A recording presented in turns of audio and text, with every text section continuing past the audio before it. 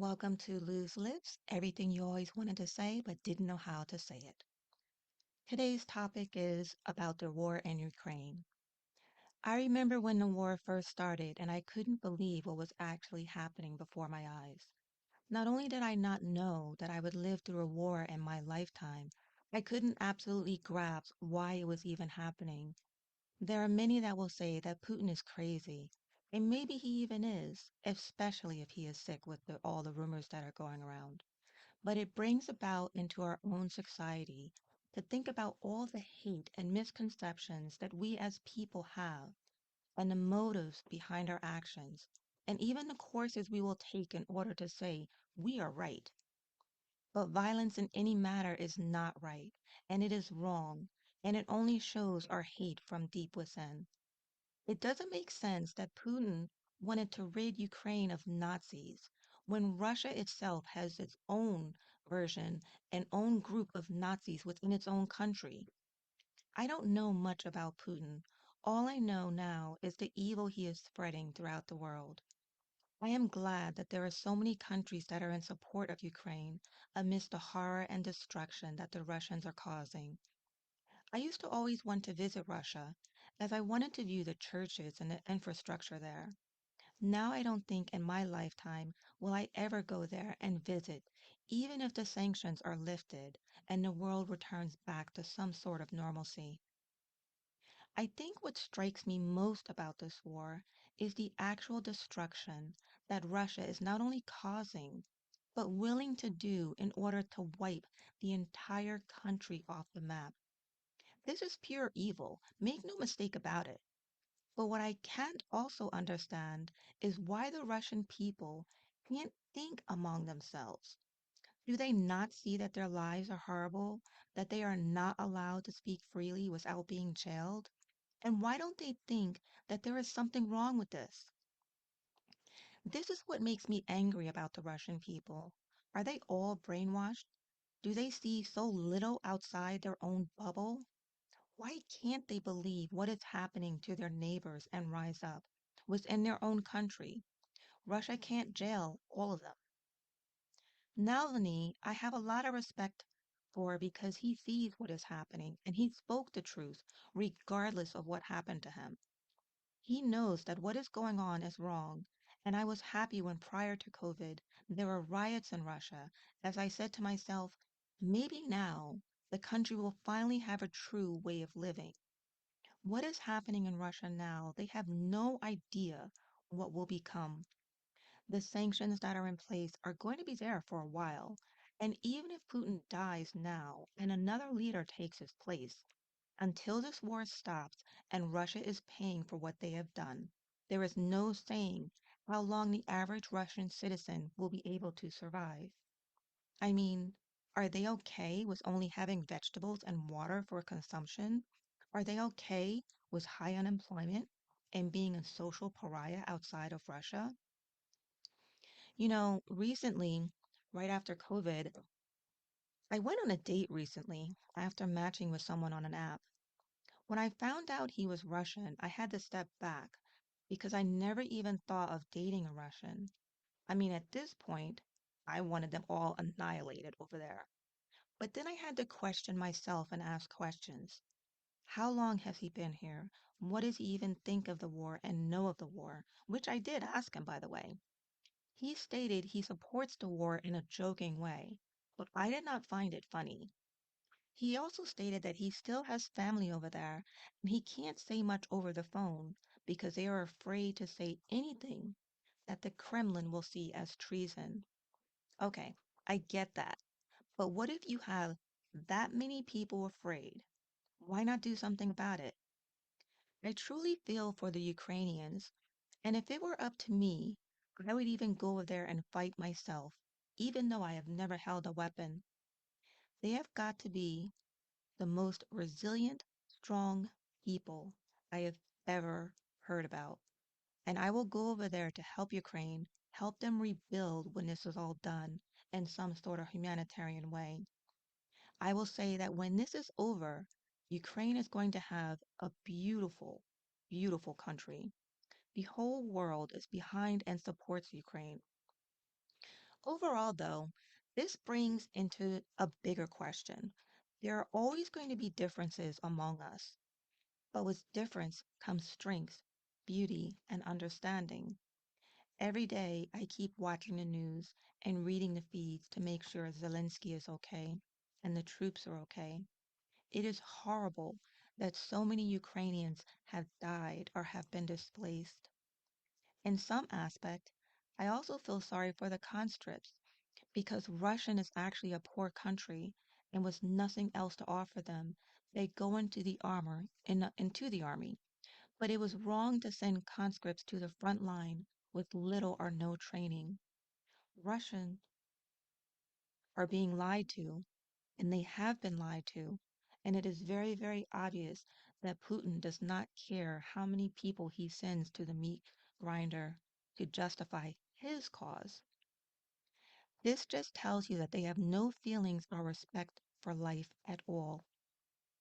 Russia at the moment is the most heavily sanctioned country in the world. There are reports that all of the advances that Russia has made in the past 15 years has been wiped out, and it will take decades and decades for Russia to come out of this. I have no sympathy for Russians, whether they are afraid or not, for as far as I am concerned, when the sanctions bite, the average and the middle class and the elites and the rich over there, maybe then this will make them wake up and do something. From what I understand, unless you live in Moscow or St. Petersburg, you are actually in a very poor state. It is when these citizens in Moscow or St. Petersburg feel the pain that the real animosity and Russian behavior will be seen. Will they still support this war once their own livelihood is in jeopardy? I don't think so. They will ultimately blame the West like they're doing now. With the sanctions that have been placed for the elite, of course they are mad, but they are not really hurting because all they are missing are some of their billions of dollars and their yachts. This is not something that's going to hurt them. What will hurt is when the middle class starts to feel the pressure, and this is what I am waiting for. There are some that will say that this is actually evil, and two wrongs don't make a right. And you are correct in this, but at this point, a lesson has to be learned. And with the Russians, with their heads so far buried in the sand, I think strict measures are needed in order to make sure there is a price to pay. Honestly, I don't think it will even be enough when Putin dies, because another leader, one just like him, will take his place, and then the cycle will continue, and it will be never ending. Ukraine deserves to have their own country. They deserve to have their own laws and their own boundaries. If Russia is not stopped, then what is to say that they will not try to go for other parts of Europe? Already you hear in the news that they wanted to have a coup in Moldova. They're making jokes about sending missiles over to Poland and England. I only wish that Ukraine was a part of NATO prior to this war, because I don't think it would have gone on as far or as even as long as it has if they were a part of NATO. I understand that membership takes time and there are certain systems that need to take place. This whole invasion has put a lot into the spotlight that has never been done before. I am glad that NATO has come together and has strengthened their ties. I am glad that we are sending in weapons to help the Ukrainians. But I also feel that we should have been doing a lot more at the beginning. At the beginning, if we had sent them what they had requested, would the war have gone on as long as it has now? I am even glad that there are more applications to join NATO. I am glad that there are mercenaries who see this as wrong and have left their own countries to go over to Ukraine and fight for what they believe is right. I only wish it were more and the troops overpower the Russians. I think February 24th will stick in the minds of everyone now, and even when Putin does die, he will go down as a dictator and a modern Hitler. That will be his legacy. It is obvious that he is sick. It is even obvious that he knows he is sick, and he is trying to go out with a bang. Would it not be fitting for his people to turn on him while he is still alive? I think this whole war has brought out the ugly and the beautiful part in a lot of people. It has brought out the ugly and that many people are angered by the atrocities that the Russians are doing with the looting, the killing, the raping. These people are sick, and it lets us into the insight of the average Russian over there and their mentality. But on the other hand, it has also brought out beauty in the amount of people who are willing to open their homes to refugees, the amount of people who are sending aid and caring for animals, and the people who are sending in their own hard earned dollars to support the Ukrainians. I don't think anyone expected it to go on as long as it has, because the Ukrainians were seen as the weaker army with less power, but they have fitfully and rightfully shown that they are fighters and they don't quit. It reminds me of David and Goliath, and we all know that David won. I wait for the day when I can wake up and hear that Ukraine is victorious, that they have removed all of the Russians from their land and the war is over. I wait for the time when I hear that Putin is dead. I wait for the time when I wake up and hear that the Russians are suffering from all of their sanctions. Right now, there have been so many companies that have been pulling out of Russia in droves and people losing their jobs. But the full impact won't be felt until sometime in 2023. I wait for the time when the Russians will wake up and say, oh, wow, we were actually lied to. But what bothers me is when you have your own family member calling you from a different country, telling you that there is a war going on and what the Russians are doing. And as a mother, as a father, as an aunt, as a grandfather or a grandmother, you tell your daughter, your sister, your cousin, whoever it is, that they are lying because that is not what they are seeing on the TV in Russia. You actually believe the TV instead of your own flesh and blood. And you decide not to speak to them anymore because you believe the propaganda that is seen on Russian TV as opposed to someone that was able to escape. This is insane and lets you know that there is something wrong in a society where the propaganda is so skewed in a society that you have the whole country believing it. Strangely enough, I think of a lot of Navalny's followers were actually millennials, and I can only hope that they either stay and make a difference or they leave and live their life. What we once thought of as a superpower is now being shown for their defects. I don't think Russia will ever control Ukraine. The Donbas region, they have been fighting there for 4 years. And even though there were less troops 4 years ago, if they had the manpower and the strength to take the region, it would have been done before now. And even if they do control the region, the fighting will not end until the Russians are gone. And to be honest, that is how it should be. The Ukrainians will fight to the end. Russians will continue to be secretive about all that they do. I remember years ago when the submarine sank and nations offered to rescue the sailors before they died, and Putin actually refused back then, denying that there were any submarines in the area. And we all knew that they were there. It just goes to show that Putin and the Russians believe that you are to die for your country regardless of whether another nation can help or save you. There are some Russians who believe the war is wrong and have fled the country and are doing what they can to inform the citizens what is going on. But with sanctions in place and the Kremlin stating that anyone who speaks negative about the war will be jailed, there is not much that the people will see outside of their own iron curtain. The Russians are contained in their own bubble, and for some reason, they are happy to stay that way. Maybe here in America we are spoiled with our free speech. We can do and say what we want. Maybe I am not just being sympathetic to other cultures. The problem is that there are other dictators, other countries where you are silenced or women are not treated equally. But to this scale, where you have a war, it is not the same. I don't think it's different because you see the ugly side all at once and the atrocities that the Russian military is inflicting upon a society that didn't even deserve it. Is it so wrong for me to want a painful and slow death for all that are causing this destruction? And I mean, even for the people in their own parliament who do nothing. All of them need to pay for what is being done. And until they have nothing left and they are starving and their economy collapses and no one comes to their rescue and they are suffering, will it still not be enough?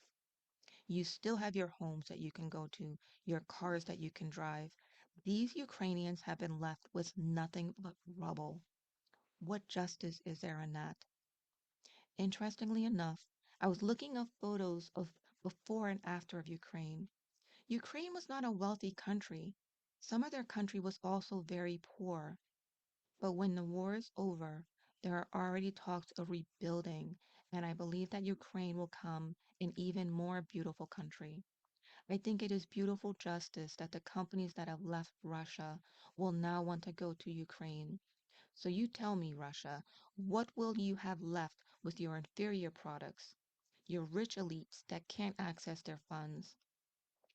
And what beautiful justice that the frozen accounts will go to rebuild the country that you destroyed. So your own money will be used to rebuild, and you won't even be able to enjoy it. There will be sanctions in place, and you can watch and envy, but you will never be able to enjoy. Just like when the Berlin Wall came down, and you will be able to see the riches and the glory, while your own country goes to hell.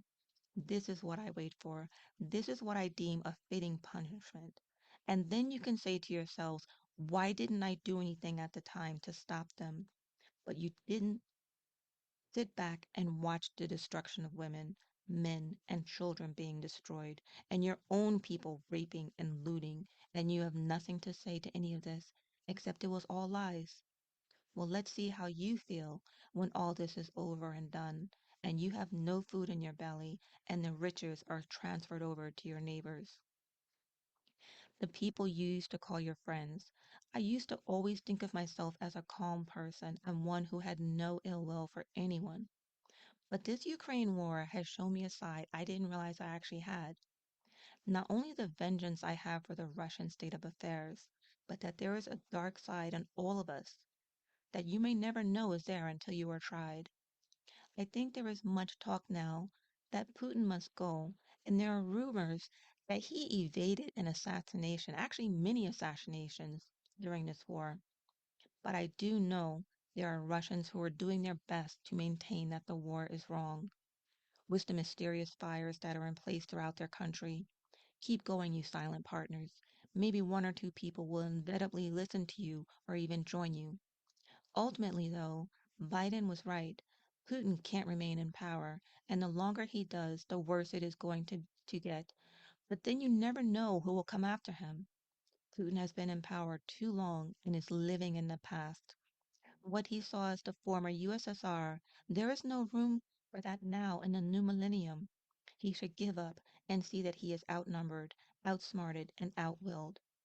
Eventually he will die, know that he has failed, and in the beginning when he had the off-ramp for this war, there is not the option for him to have that now because of all the destruction he has caused, as well as the sanctions that have been imposed, as well as the loss of equipment and the men he has lost. Now, the only way he thinks he can save face is to win. But he will not win because the Ukrainians are going to continue to fight. Unfortunately, the only way I see this ending is for Russians to be fully removed and annihilated from Ukraine. For even if Putin dies tomorrow, the war will not end. It will continue until the Russians are pushed back to their own borders. And once they are there, a wall should be built very, very high so that they can never, ever be let back in. That's all for now on this segment of Loose Lips, everything you ever wanted to know but didn't know how to say it. And as a parting thought, One war that goes down.